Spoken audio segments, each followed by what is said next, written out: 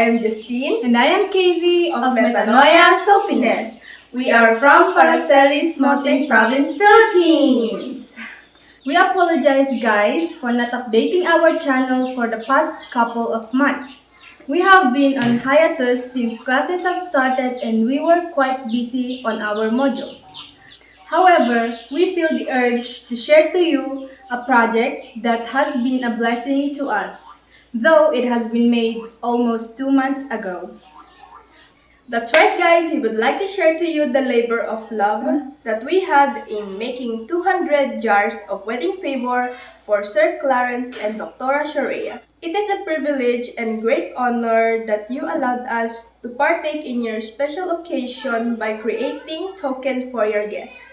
Congratulations and best wishes! We started this by preparing these hexagonal jars that contains 40 ml of scented wax. These are cute bottles with golden lids. These are quite a lot, so we just need to remove all the lids of these so we can sterilize them first.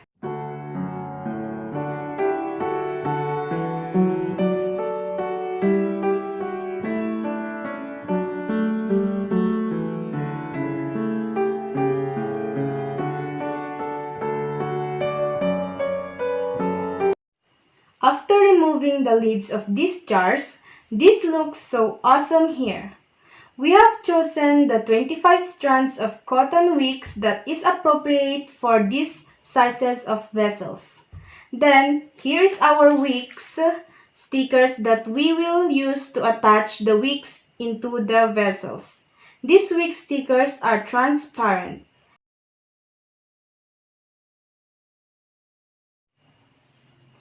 Here are metal straws that will help us in centering our cotton wicks as we stick them on the jars. So let me show to you how we do it one by one.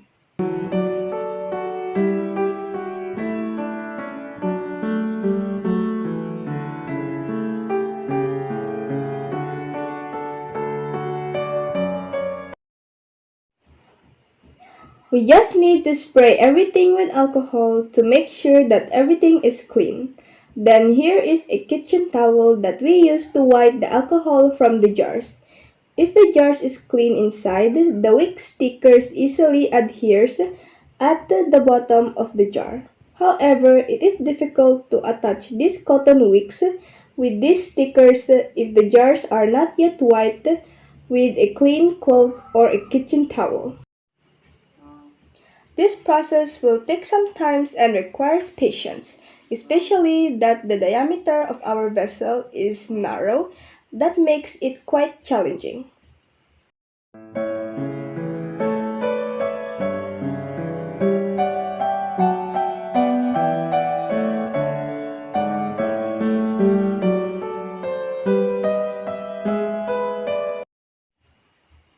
So there you go, we are done centering the cotton wicks, but we still need to place these centering tools to make sure that the wicks will not move on the side when we pour the wax.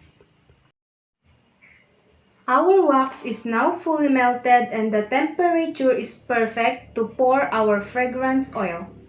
This candles has a combination of strawberry and peppermint fragrance oils as requested by our clients. We just drop the coloring chips and mix properly, then have some few drops on a paper to test if we got the perfect shades of color that we desire. Now is the most satisfying part. It is the pouring of wax into the jars. This is my favorite part in candle making. As you can see, the strawberry color of our candles is amazing. It has also a very delightful and luxurious scent that brings a cheerful atmosphere. I really love this pouring steel funnel because it helps a lot. Even the sizes of these jars are smaller. We have no problem of spills. Pouring these waxes is fun because as you can see, it is neat and clean. There is no messy waxes around, so this steel funnel is such a best friend in candle making. After filling all these jars, We just have to let it cool down and set overnight before we are going to remove the centering tools and cut the cotton wicks just about 1 centimeter long. There you go, guys. These are just so awesome. These sizes of candle jars are recommended for greater number of guests like 150 to 300 guests.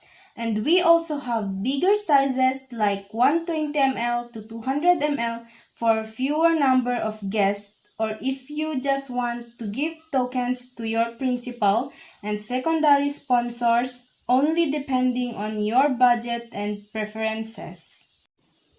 Daddy Grandpa here is delighted to help us this time. He is enjoying covering these small jars, and it is also a way of our bonding time.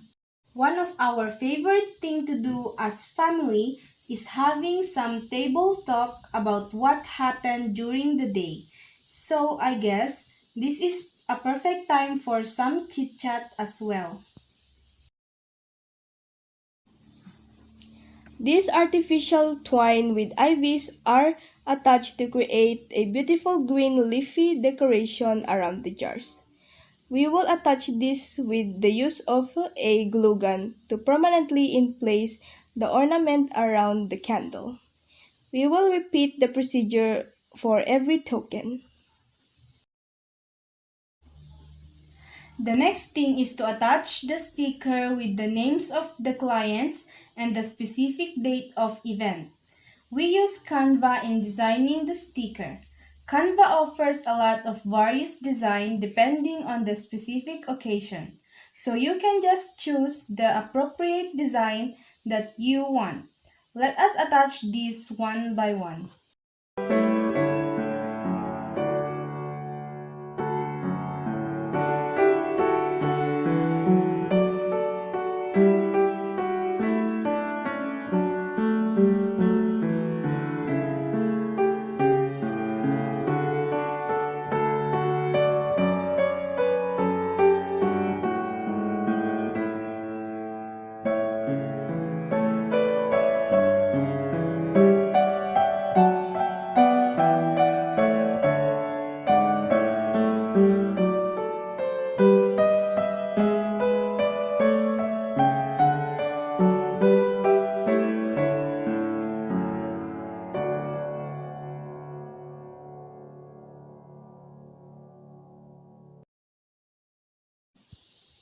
By the way, as you can observe, golden leads is part of our branding. However, for special projects like this, the client can choose any color that they prefer or depending on their motive.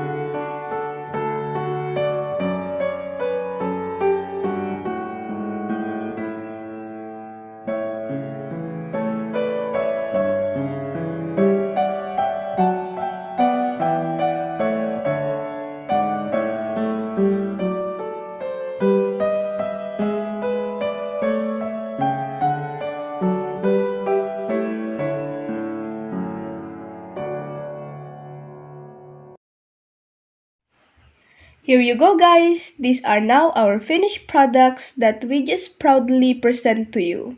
So if you are planning to have your wedding or any special occasion, just reach out to us so we could discuss your preferences according to your budget for your token.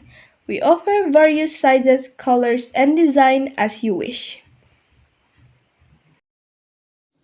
If you have not yet subscribed to our channel, please click the subscribe button below and the notification bell so that you will be notified on our next videos. And kindly click the like and share button, and it would mean a lot to us. Thank you for watching. Stay safe. Have a good day. God bless. Bye-bye. Bye!